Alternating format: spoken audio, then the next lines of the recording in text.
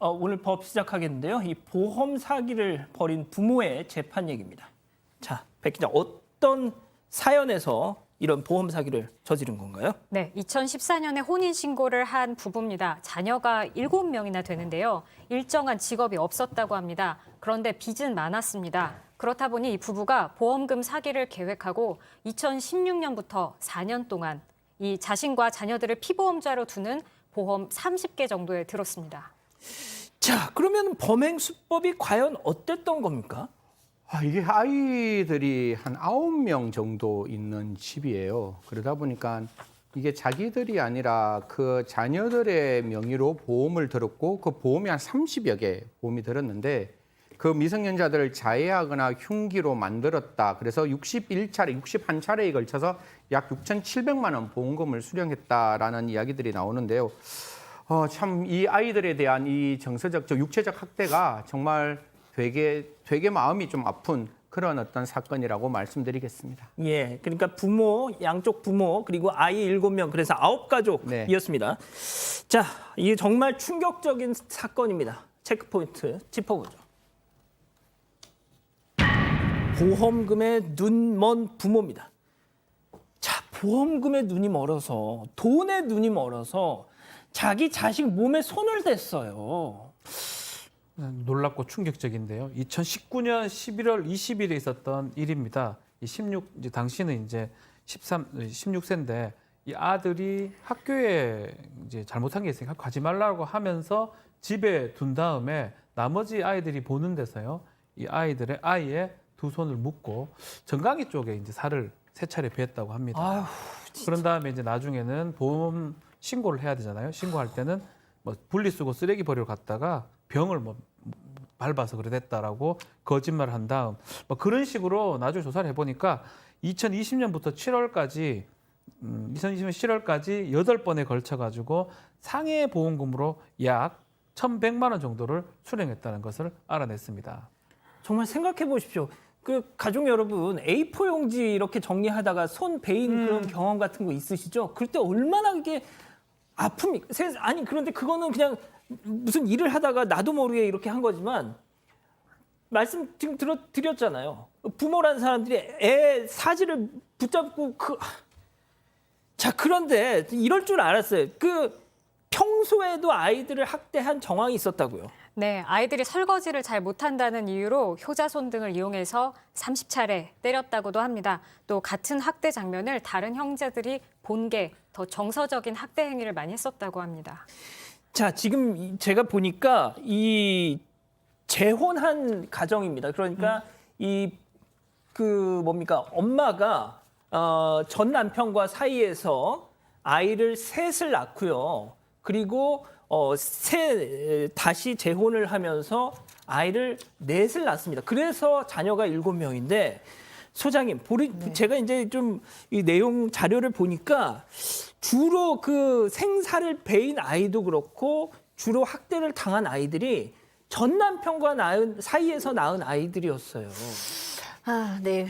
그러니까 더 이제 너무 이제 마음이 아프죠. 이 남편 같은 경우에는 일단은 뭐 명백한 아동 학대죠. 자기의 아이가 아닌 아이들을 특히 해서 명백한 아동 학대고, 그다음에 이 엄마 같은 경우에도 굉장히 좀 무책임하고 자녀의 아이들을 희생양 삼아서 그 가족을 유지를 한 거죠. 항상 그 가족에는 희생양들이 있기 마련인 경우가 많은데 이 경우에는 이 16살 아이 정강이를 베인 아이가 가장 희생양으로 이 나름대로의 가정이 깨지지 않는 역할을 부여받은 거죠. 근데 이 아이 같은 경우에는 좀 후에도 기회가 있으면 말씀드리겠지만 너무나 큰 트라우마가 될 수밖에 없고요. 이 엄마는 아마 이런 식으로 자기 합리화를 했을 거예요. 내가 7아이나 길러야 되기 때문에 어쩔 수가 없다. 이 7아이를 다 먹여 살리기 위해서는 이렇게 할 수밖에 없다라고 생각을 하겠지만 제가 봤을 때는 무책임이고 또 게으름이라고 봅니다. 이건 말도 안 됩니다, 진짜. 이건 말도 안 되는 짓이고요. 예? 자, 그래도 천만다행으로 재판에 넘겨졌습니다. 자, 1심 재판. 자, 혐의를 당연히 또 인정 안 했다고 하네요. 그러니까 이게 누가 보더라도 부모의 잘못인 행동인데 이 부모들 정말 뻔뻔하게도 아이가 거짓말하고 있고 그 아이의 거짓말 때문에 우리가 재판을 받고 있는 것이지 절대로 아이들이 그러한 어떤 그 보험을 위해서 우리가 그런 행동을 한 것은 아니다. 부주의하게 생활에서 입은 상처다라고 거짓말을 했습니다. 자, 그 맨 처음 생사를 배웠다는 그 16살짜리 제가 보니까 이제 가장 큰 애 같아요, 집에서. 자, 그런데 16살짜리라면 소장님 그래도 네. 어느 정도 체격도 있고 네. 부모가 막 사지를 묻고 이러면은 저항도 했을 법한데 네. 왜 그걸 순순히 당하고만 있었을까요? 그러니까 사실 16살 아니면 우리나라 나이로 이제 중3이잖아요. 가장 반항기일 아이잖아요. 친구 관계도 있을 수 있고 제가 봤을 때 이 아이는 동생들을 많이 생각했을 가능성이 있다라고 봐요. 그 아이가 아래로 이제 우리나라의 그 장남들이 가지고 있는 책임감 있잖아요. 이 엄마 아빠는 책임감이 없는 사람들이었지만 이 아이는 책임감을 가지고 내가 이렇게 해야 내 동생들이 안전하다라는 생각을 하고 특히 자기 밑에 그 2명의 아이들, 아빠가 다른 그 아이들에 대해서는 굉장한 책임감을 가진 것이 아닌가라는 생각이 드는데 학교를 가지 않게 하고 양쪽에서 무슨 폭력배들이 잡는 것처럼 엄마 그러니까요. 양쪽에서 못 움직게 하고 정강이를 배웠다는 거잖아요. 이 아이가 그 두고두고 이 문제는 너무나 트라우마틱하게 남을 수밖에 없고요. 분노와 어떤 그 보복감의 어떤 근원이 될 수밖에 없다는 점에서 굉장히 마음이 아픕니다. 저는 이게 저희가 그동안 전해드렸던 일반적인 어떤 아동 학대 사건보다는 저는 개인적으로 이 사건이 더 충격적입니다.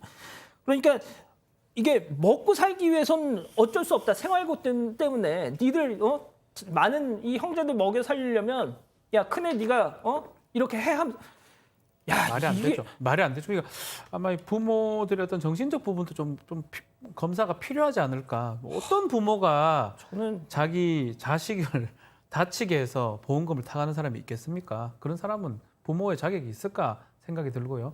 결국은 특수 상해죄, 위험한 물건으로 사람에게 상해를 입히거나 보험 사기 특별방지법 위반이 될 수가 있습니다.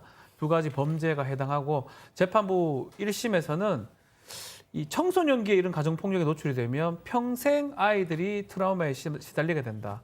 자녀들의 정서적 발달에 지울 수 없는 손상을 끼쳤다 하면서 주된 어떤 일을 했던 남편한테는 징역 6년, 아내한테는 징역 4년을 선고하면서 100시간의 아동학대 치료 프로그램도 이수하라라고 명령을 내렸습니다. 자 저렇게 됐으면 아이고 죄송합니다 하면서 아이한테든 진짜 막 싹싹 빌어야 되는데 항소했다면서요? 네. 뭐 제일 처음에 이제 항소를 했을 때까지만 하더라도 자기의 범행을 부인할 수 있다라고 생각했을 듯해요. 그런데 항소심 재판이 진행되는 과정에서 이들 부부 마지막 결심, 마지막 순간에 자기들의 잘못을 인정하는 듯한 모습이 보입니다. 책임을 전가하려고 아이들에게 책임을 전가하려고만 했다. 이제야 내 잘못을 알겠다라고 이야기를 하면서 앞으로는 이렇게 살지 않겠다라고 판사님 앞에서 말을 했다라고 하는데 과연 저는 이 말이 정말 진심으로서 반성했는지 또 의심스러울 뿐만 아니라 이 순간의 마지막 결심에 결국 이게 유죄가 날 수밖에 없기 때문에 지금은 반성해서 좀 양형 판단을 잘 받아보자라는 입장이 아닌가라는 생각을 합니다. 변호인들도 마지막 순간까지 뭐 이런 어떤 범행에 대해서 어느 정도 이 부모 측 입장을 따라오다가 마지막 순간에는 자기들도 참담하다라고 이야기를 하면서 이 사실에 대해서 변호사뿐만 아니라 당사자들도 다 인정했다라고 합니다.